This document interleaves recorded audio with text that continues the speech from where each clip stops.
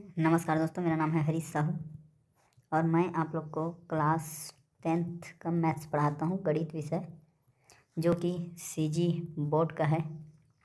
तो दोस्तों चलिए हम लोग पढ़ रहे हैं कक्षा 10वीं का अध्याय 2, जिसका नाम है दो चरों का रैखिक समीकरण। रैखिक का अर्थ समझिए कि जिसकी घात एक हो, ऐसे चर राशि, x की घात एक, y की घात एक, z की घात एक। और वेरिएबल्स का अर्थ है चर। तो हम लोग दो चर और जिनकी घात एक हो, ठीक है, ऐसे चरों का इस अध्याय में हम लोग अध्ययन कर रहे हैं। तो चलिए हम लोग प्रश्नावली क्रमांक 2 को दोस्तों हल कर रहे हैं। प्रश्नावली क्रमांक 2 को हल करते हुए हम लोग प्रश्न क्रमांक 13 में पहुंच चुके हैं। तो प्रश्न क्रमांक 13 कहता है कि एक विद्यालय के 2 कमरों ए और बी में कुछ विद्यार्थी बैठे हैं। जब ए से 10 विद्यार्थी बी में भेज दिए जाए तो दोनों कमरों में विद्यार्थियों की संख्या समान हो जाती है। और जब 20 विद्यार्थी बी से ए में भेज दिए जाते हैं तब ए के विद्यार्थियों की संख्या बी से 2 गुनी हो जाती है। प्रत्येक कमरे में विद्यार्थियों की संख्या ज्ञात कीजिए। तो चलिए दोस्तों इस क्वेश्चन को हल करते हैं। इसके लिए हम सबसे पहले लिखेंगे हल।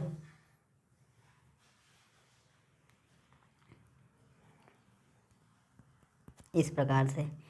अब इसका शुरुआत हम इस प्रकार से करेंगे, इसको जमाना बहुत ज़रूरी है। जैसे बोल रहा है कि एक विद्यालय के 2 कमरों ए और बी में कुछ विद्यार्थी बैठे हैं। अब कुछ तो हमें पता नहीं है, तो हम इसको मानेंगे कि ए में कितने विद्यार्थी हैं और बी में कितने विद्यार्थी हैं, ठीक है। तो इसके लिए हम मानते हैं कि माना कक्षा ए में विद्यार्थियों की संख्या क्या मान लिया, x, ठीक है। और मान लेंगे कि कक्षा बी में विद्यार्थियों की संख्या बराबर ये हो जाएगा y। तो दोनों मान लिए x और y, ठीक। इसे डायग्राम से हम इस प्रकार से समझ सकते हैं कि हमने 2 कक्षा लिए, ठीक है। एक का नाम है a और एक का नाम है b, ठीक है। इसमें जो विद्यार्थियों की संख्या है वो है x और इसमें जो है विद्यार्थियों की संख्या है y, ठीक। अब बोलता है कि a से 10 विद्यार्थी b में भेज दिए जाते हैं। तो a वाले से जब 10 विद्यार्थी b में भेजे जाएंगे तो इसमें क्या हो जाएगा, 10 विद्यार्थी घटेगा और इसमें क्या होगा, 10 विद्यार्थी बढ़ेगा, ठीक है। भेज दिए 10 विद्यार्थी, भेज दिए उसमें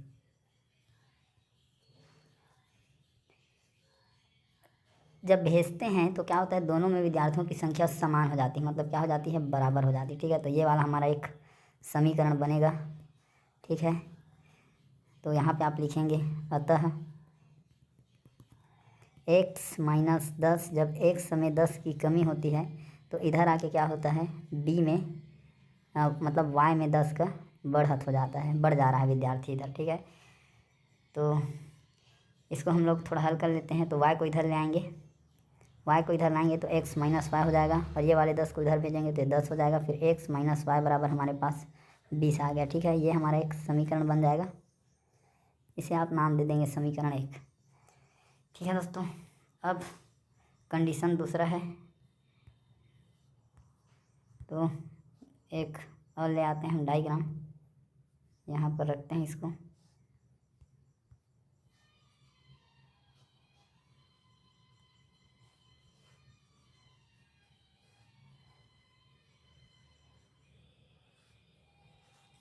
ये हमारा a है, ये हमारा b है, ठीक है।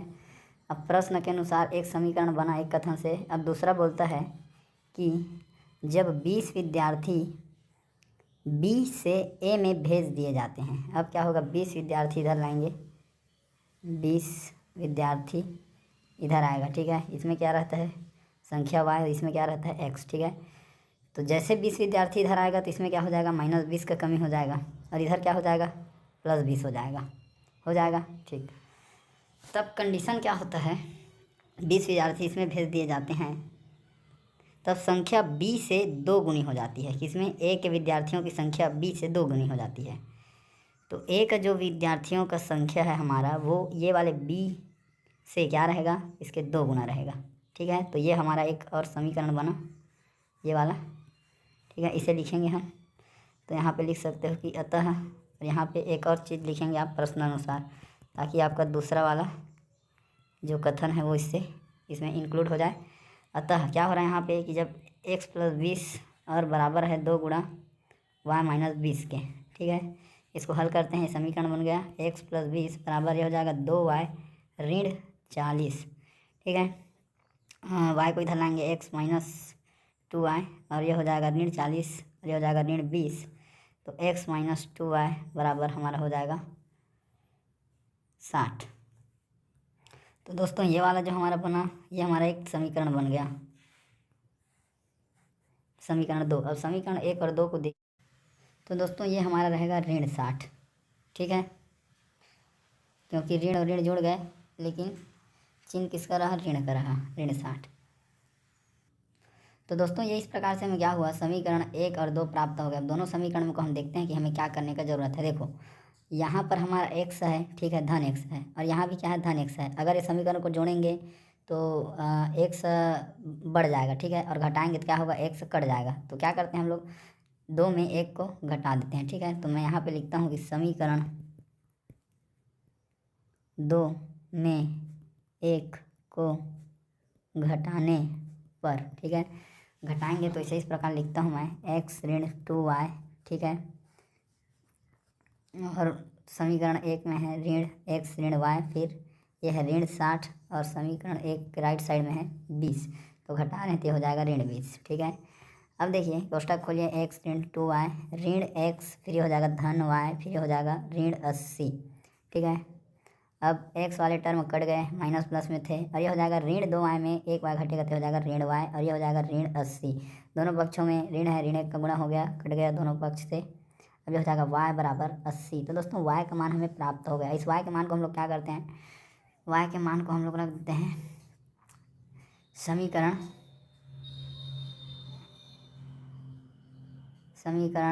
1 में, ठीक है।